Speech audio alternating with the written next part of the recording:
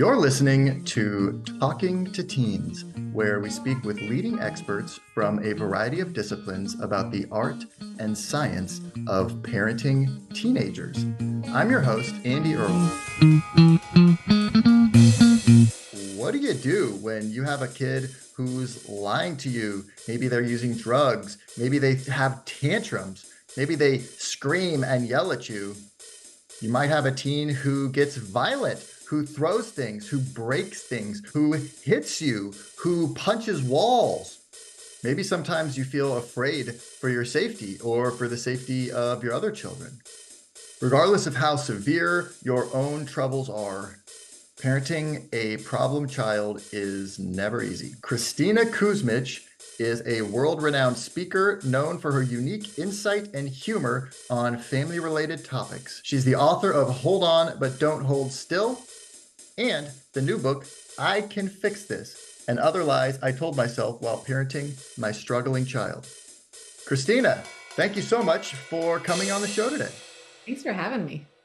I am super excited. I've been reading through your new book, I Can Fix This, and Other Lies I Told Myself While Parenting My Struggling Child, and really powerful piece of writing you've done here.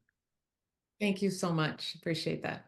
It's about the myths that parents tell ourselves, but it's also really personal to you and your story with your son. What inspired you to go so deep with this one? I was never going to write this because it's really my son's story.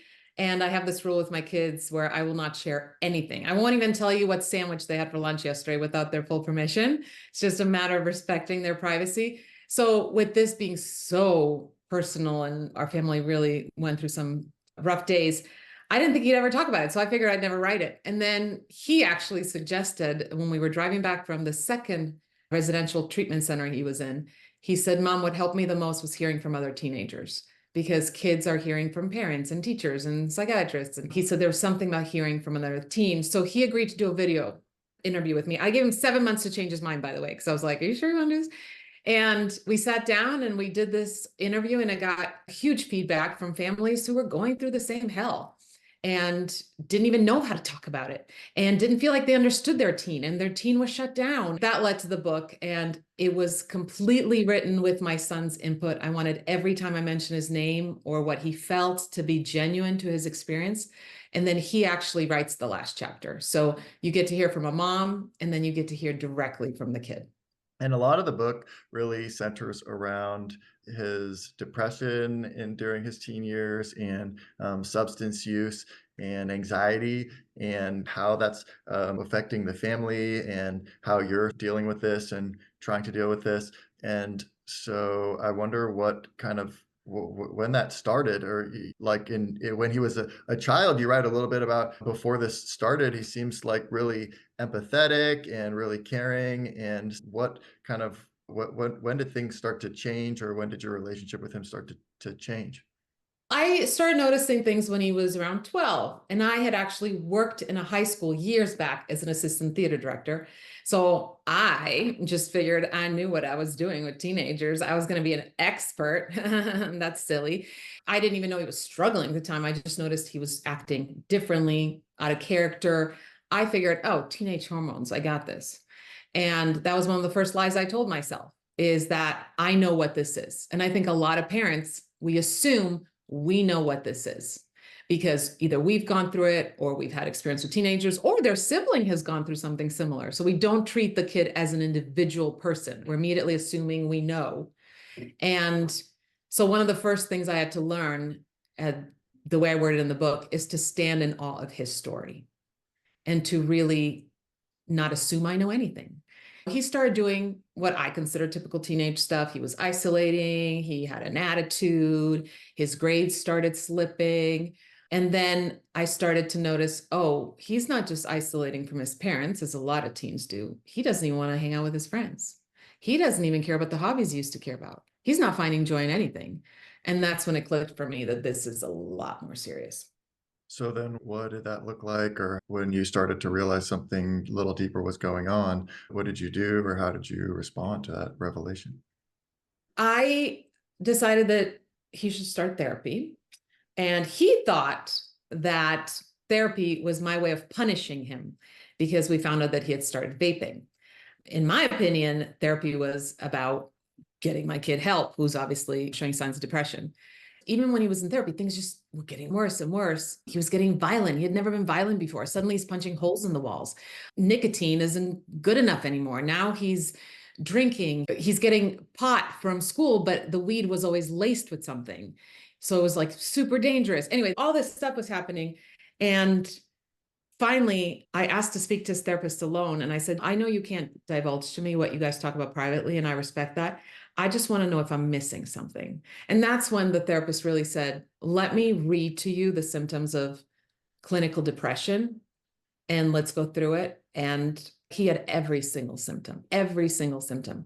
And then I flat out asked him, have you ever thought about hurting yourself? And he said yes, which is like a life-altering moment for any parent to hear that. Immediately, the worst of us comes out is the truth. Yes, we feel empathy and all that, but immediately we go into fear mode, worry mode, stress control mode. And I was giving my son the absolute worst sides of myself, thinking I was being a proactive, good parent, but really just trying to control the crap out of the situation.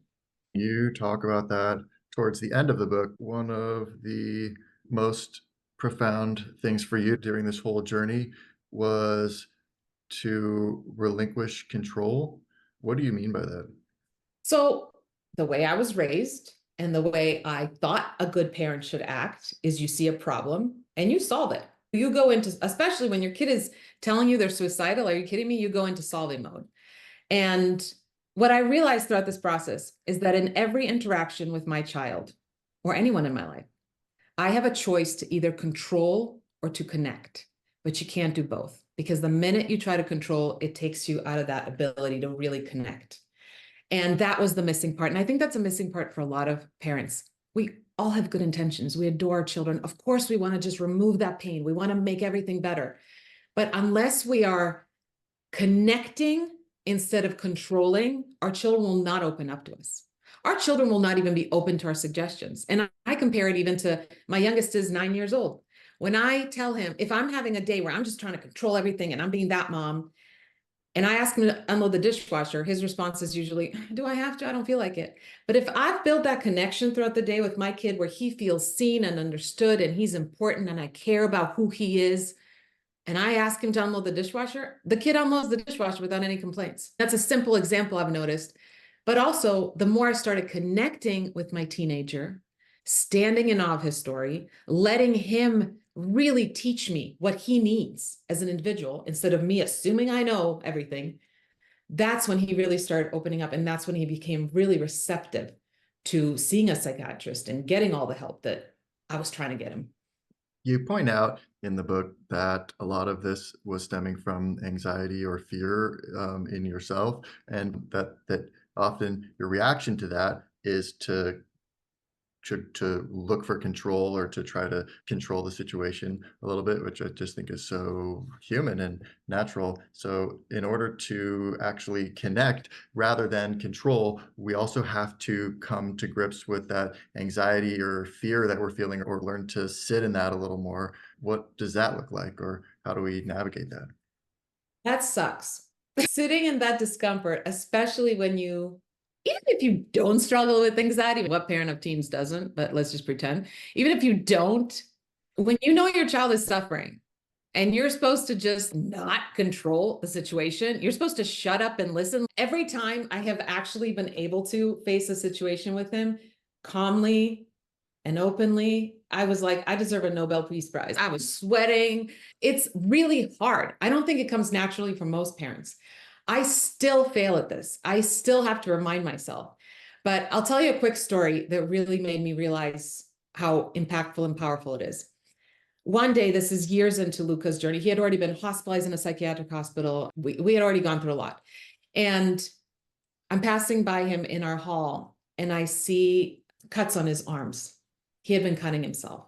And this is like at a point where, oh my gosh, we've had so many ups and downs. And I thought he was doing better. And I got my hopes up again. And here I see his bloody arms. And everything inside of me wanted to go, Luca, what are you doing? You can't do that, buddy. Everything just wanted me to immediately go into fix and I'm going to teach him and I need to give him a lesson, all in an empathetic, sweet way, not preaching at him. But I just was ready to go in there proactively and make him know why he should never do this again. And instead, I just took a deep breath and I said, hey, meet me in your room. I'll be there in a few minutes and I'll help you clean up. And I sat next to him on his bed and I was cleaning up his bloody arms. And again, everything inside me just wants to control, just wants to say something that will make sure he never does this again. And instead, I just calmly, I kept reminding myself, take a deep breath and slow down your tone. Take a deep breath and slow down your tone. Because kids also, they sense our energy, right? If we come at them all the time with this, I'm scared, I'm worried, I'm anxious energy, my God, they're going to shut down so fast. And what I noticed with my son, now they feel like a more big of a burden. Now they're the ones that are causing this fear anxiety. So now they have more reason that they don't want to be around or they hate themselves because look what I'm doing to my mother. And that's the part it didn't click for me for a long time. So I'm sitting there and I'm cleaning up his bloody arms. And I just very softly said, how did it feel, Luca? Did it take away your depression? And just very softly. And he said, no, Mom, it didn't help. And I said, okay. And again, inside me, I'm like, and on the outside, I just said, okay, so how about we decide you tried it? It didn't help. And then maybe next time you want to try something new, you just call me first. Or if you don't want to call me, call your therapist or call a friend. Just talk to somebody first. Can we agree to that? And he said, yeah, that sounds good, Mom. And he never tried cutting again. I'm not saying that's going to be everybody's story. But what I am saying is he felt, he wasn't shamed. He wasn't judged. He wasn't lectured. He just felt like I sat there with him in his pain. And I asked him to teach me, did this help? I wanted to know from him. I didn't want to tell him, see, that didn't help. Just wanted to hear from him. It just helped him feel connected. And I think that's the most important thing our kids need is, Mom, do you see me? Are you just paying attention to the symptoms, Mom? Or are you actually paying attention to the root of the problem? One of the examples I give in the book is when his depression often showed up as anger. And he would punch holes in the walls and he would scream. And what I had to realize is that while he was screaming at me, F you, I hate you, which, by the way, I'm not saying that any parent should tolerate that. And there are ways to deal with that. But my problem for a while was I was just hearing him be disrespectful. How dare he talk to me like that? And it took me a while to go, those are the words coming out of his mouth. But what he's really meaning to say is, Mom, I hate myself and I want to die. Please help me. And the minute I was able to see it that way, God, I became such a better, smarter support system for him. And I was making a lot of mistakes. But it so helps you not get triggered by the words when you can start to look past the words or see that something deeper is going on. Yeah, because I think we parents often pay attention to the smoke coming out of the car is a comparison, right? If there's smoke coming out of your car, I just want to get rid of the smoke. I just don't like the smoke. I don't like this. And you never actually check what is wrong with the car. You're not going to get anywhere. And same with the kids. A lot of times, the kids who are struggling, their behavior shows up in a way where suddenly they're immediately labeled the bad kid or the lazy kid because he won't even get out of bed. And we put these labels on them, which only increase their struggles, right? Because now they're put in this box and they already feel like losers. They're already struggling. And now we're putting them in a box of you're lazy and you don't care and you have a temper and you're rebellious, instead of just going, this is every behavior is a sign of something deeper. What is he trying to communicate with this behavior? What is going on underneath? Interestingly, you also point out in the book that sometimes it's not just the kids that we're looking at as the bad kid or labeling as the problem that are having something going on under the hood, but maybe there's no smoke. And sometimes actually the kids who seem like the good kids or seem like they're really going along with the program can be struggling really as well. And maybe since they're going along with the program, since they seem like they're doing fine, we don't look a little deeper or really ask them about what's going on. I have 3 kids. Luca, my son, who the book is about, is the oldest. And I thought I was doing everything right by checking in with his younger siblings. His sister's only a year and a half younger than him. So she was in her teen years during a lot of this.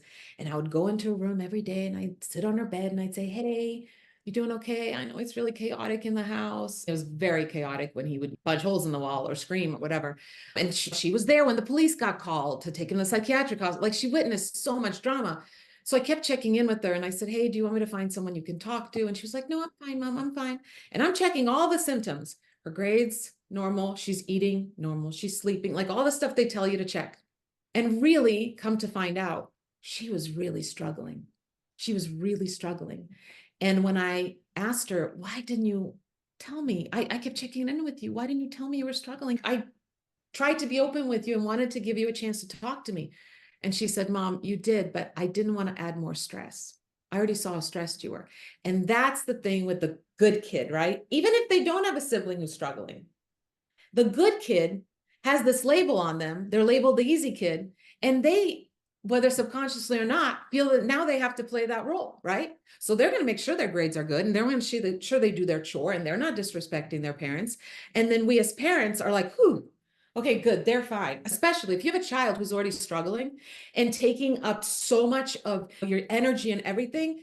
God, it's really reassuring to know that the other kids are doing fine, right? And really, she was struggling. So I always warn parents, check on your quote unquote good kids, because our society praises children for keeping the peace and being good. And no one actually thinks about what keeping that peace is costing the child.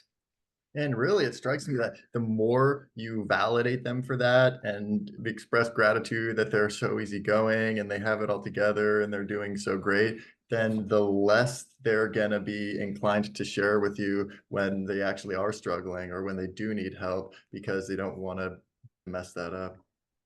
Yeah, I'm going to share a really heartbreaking story, but I think it's important for parents to hear because it could save some lives. I had a friend, him and his brother, their dad was very sick. They saw some really sad things towards the end of their dad's life, and they were teenagers and young when it happened. And it just really, it was very heartbreaking. So one brother ends up just rebelling afterwards. He gets into drugs. He's skipping school. That's the way him dealing with that showed up. And his younger brother seemed to be doing fine. His grades were still good. He didn't disrespect anyone. He was a good kid, all that stuff. And so all the attention went to the kid who was struggling. This one's fine. He's struggling. And trigger warning, a few months later, the younger one had hung himself. And everybody was like, what? What? That's the thing. You can't just assume that. It goes back to that whole thing about standing in awe of your child's story, really coming from a place of curiosity and really taking the time. When we found out my daughter was struggling, we decided that every single week we would just take her out, nobody else is invited, and give her our full attention. And during those times, we were just going to let her lead and let her make the conversation whatever she wants it to be. And that's when she really started opening up. And I know that takes time, especially if you have kids who are struggling, but my goodness, do not assume that I hate even saying the word, but quote unquote good kid is just fine. One of the big lessons that I'll take away from the book is that your son, throughout a lot of this time, was really pushing you away, was yelling really mean things at you, telling you to just leave him alone and go away, and I hate you. And I found this really powerful. You have a passage in here where you talk about he gets transferred to a hospital after the 10 days in the psychiatric hold, and it says, Luca made it very clear to me that he did not want any visitors. I choose to show up anyway. It's the only thing I know how to do. And time again, showing up has been valuable. And I think that's definitely a theme that I'll take away from the book is how helpful that was to just keep showing up, even when he's pushing you away, even when he's saying, no, leave me alone, not taking no for an answer. Yeah. And my son actually, in his chapter, he wrote how I was one of those kids that didn't want any help. And I just kept pushing my parents away. But what he says in there is that by my mom constantly ending each conversation with, hey, if you do want to talk, I'm here. I want to listen. And when I said at the time, he would just be like, Mom, I don't get out of my room. He would just respond very quickly and dismiss me. What he said later, and he wrote in the chapter, is that I said it so many times it was instilled in his brain. And then when he really was struggling and he felt really desperate, he did come to me. He said, I knew I could come to her because she had said it so many times. And she kept checking in on me. And during his roughest days, when he was like at his worst, I would take the time to just say, I just want you to know you are loved. I love you so much. Because a lot of times when we're upset because our kid is behaving a certain way, We act in a way where they assume, we're not feeling this, but they assume they're not lovable anymore because now we're mad and we're all that. And I absolutely believe there should be consequences for certain behaviors and there should be boundaries. All that stuff is important to raise responsible children. But even when your child is at their worst, make sure they know they are loved. That is such a powerful thing. When you are acting your worst, and the person you're acting your worst to is, I don't accept this behavior, but also, I love you so much. Ooh, that is powerful.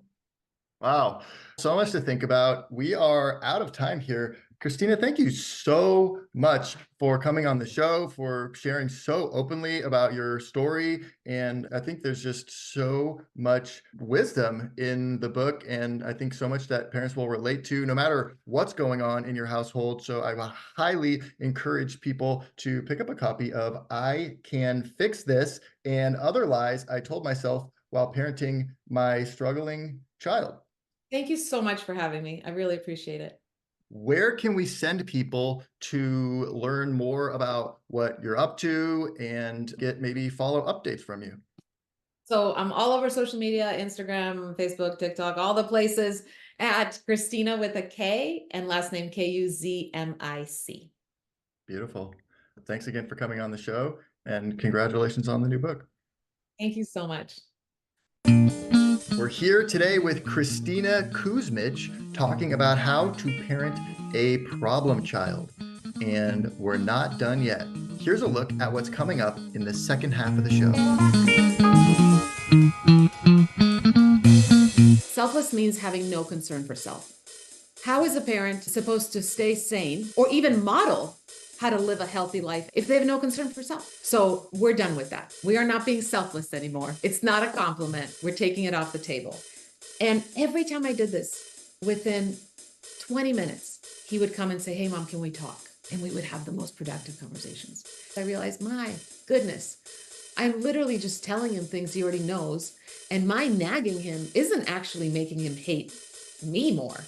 It's making him hate himself more because I'm putting a spotlight. Hey, let me just remind you, Luca, of all the ways you're failing today. Sorry, parents. We don't always know more than our kids. You know why? Because the only expert at being the kid is the kid. Oh man, I learned so much about my child just by simply asking them, help me understand what it's like to be you. Want to hear the full interview? Sign up for a subscription today. It's completely affordable, and your membership supports the work we do here at Talking to Teens. You can now sign up directly through Apple Podcasts. Thanks for listening, and we'll see you next time.